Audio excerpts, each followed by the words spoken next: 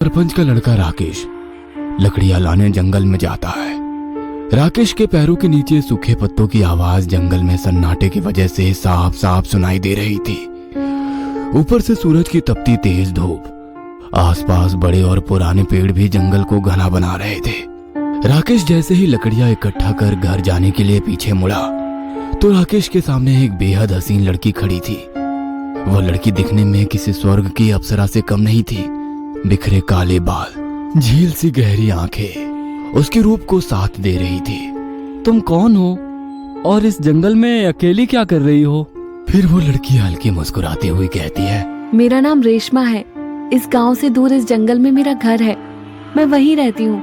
मैं जंगल में लकड़ियाँ ले जाने आई हूँ। और आप कौन? फिर राकेश कहता है, मेरा नाम राकेश है। यहीं पास ही में मेरा गांव है। मैं उसी गांव में रहता हूँ। मेरे बाबा ने मुझे लकड़ियाँ लाने भेजा है।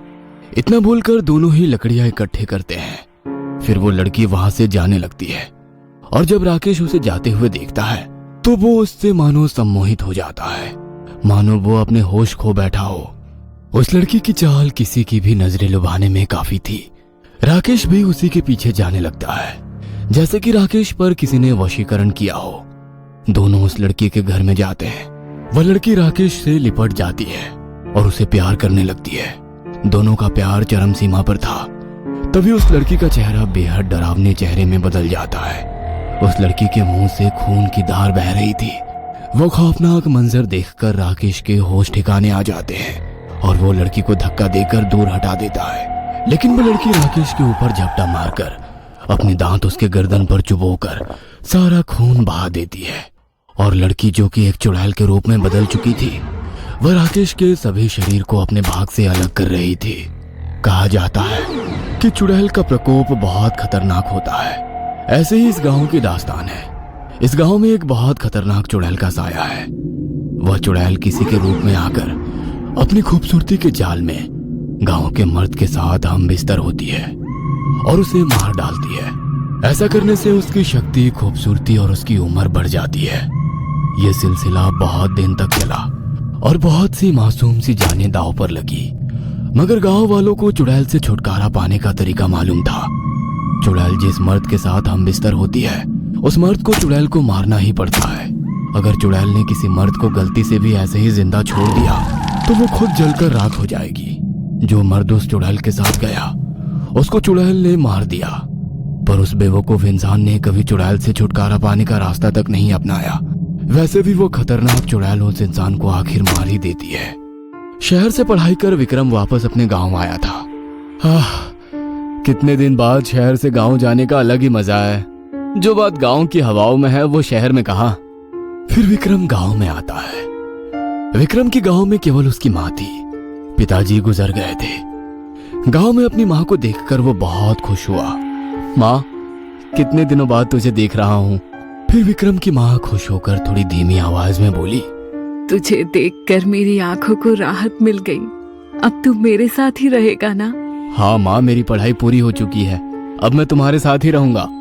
अगले दिन विक्रम गांव वालों की परेशानी देख एक चाचा से पूछा, और चाचा जी, इस गांव के सब लोग इतने परेशान और शांत क्यों रहते हैं? पहले तो गांव में ऐसा ना था, एकदम ऐसा क्यों? फिर वे बूढ़े चाचा विक्रम को उस चुड़ैल की कहानी बताते हैं।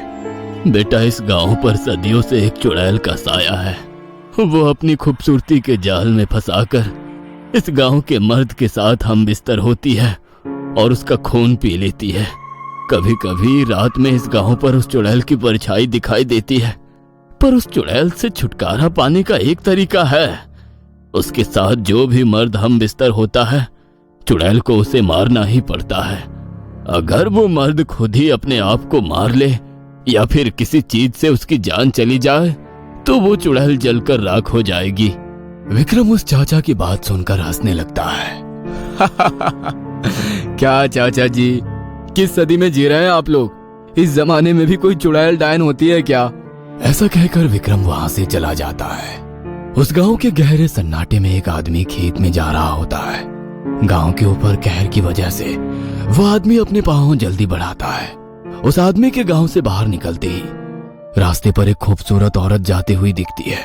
वो औरत इतनी खूबसूरत थी कि उसके सामने आसमान की परी भी फीकी पड़ जाए। सुनिए, आप इतनी रात गए कहाँ जा रही हैं? आप इस गांव की तो नहीं लगती। आप रहती कहाँ है? पर वो औरत उस आदमी के सवाल का कोई भी जवाब नहीं देती। उस औरत को जाते हुए देखकर वो आदमी उससे सम्मोहित हो जाता है और उस औरत का लचीला बदन देख वो अपना रास्ता छोड़कर उसके पीछे जाने लगता है। वो औरत किसी झोपड़ी में जा रही होती है। वो आदमी भी उसी के पीछे झोपड़ी में चला जाता है। जबकि विक्रम ने उस आदमी का पीछा कर उस औरत और उस आदमी को झोपड़ी में जाते हुए देख लिया था। विक्रम वो सब नजारा देख रहा था और फिर विक्रम को उस आदमी की चीख की आवाज सुनाई देती है। उस चीख को सुनकर विक्रम डर के मारे सहम जाता है। अरे, ये आदमी क्यों चिल्ला रहा है? ऐसा क्या हुआ होगा अंदर? उस आदमी की चीख सुनकर विक्रम भागकर अपने घर आ जाता है। कहीं उस चाचा की बात सच तो नहीं है? सच में इस गांव पर चुड़ैल का साया तो नहीं?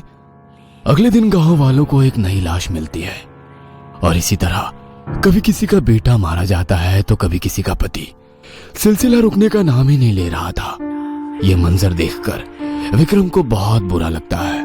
ये सब लाशें बेकार नहीं जाएंगी। इन लोगों को मारने वाले को रोकना ही होगा।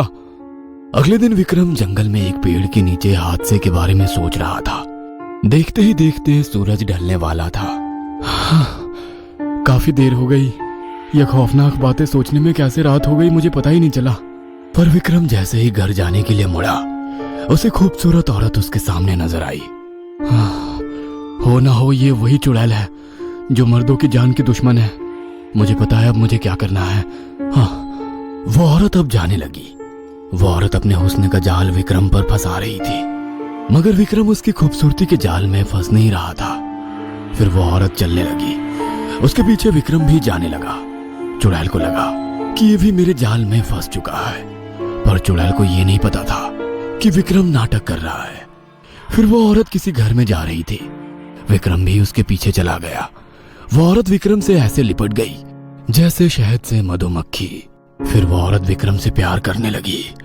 विक्रम सब सह रहा था। फिर धीरे धीरे वो औरत अपने प्यार की सब सीमाएं तोड़ दी और अचानक उस औरत का हसीन रूप एक दिल की धड़कन को रोक देने वाली खौफनाक चेहरे में बदल गई। दरअसल औरत का रूप लिए वो चुड़ैल थी। विक्रम ने उस चुड़ैल को जोर से धक्का दिया और उसे अपने से दूर हटा दिया।